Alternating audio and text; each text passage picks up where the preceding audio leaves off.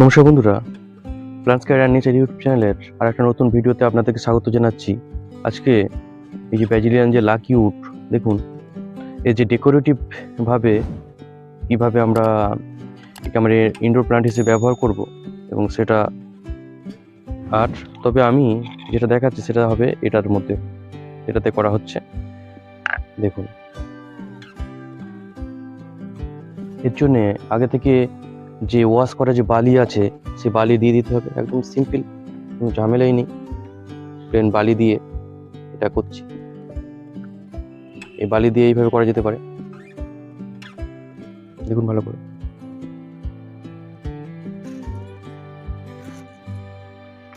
এবার ডেকোরেটিভ নুড়ি এইভাবে দিয়ে দিতে হবে।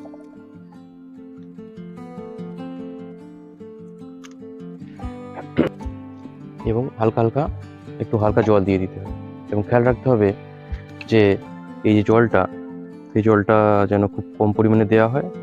আর এই যে অংশগুলো, এই যে স্যুটগুলো, যে পাতাগুলো বার হচ্ছে, এই যে এখান থেকে বার হচ্ছে, সেটা উপরের দিকে থাকবে।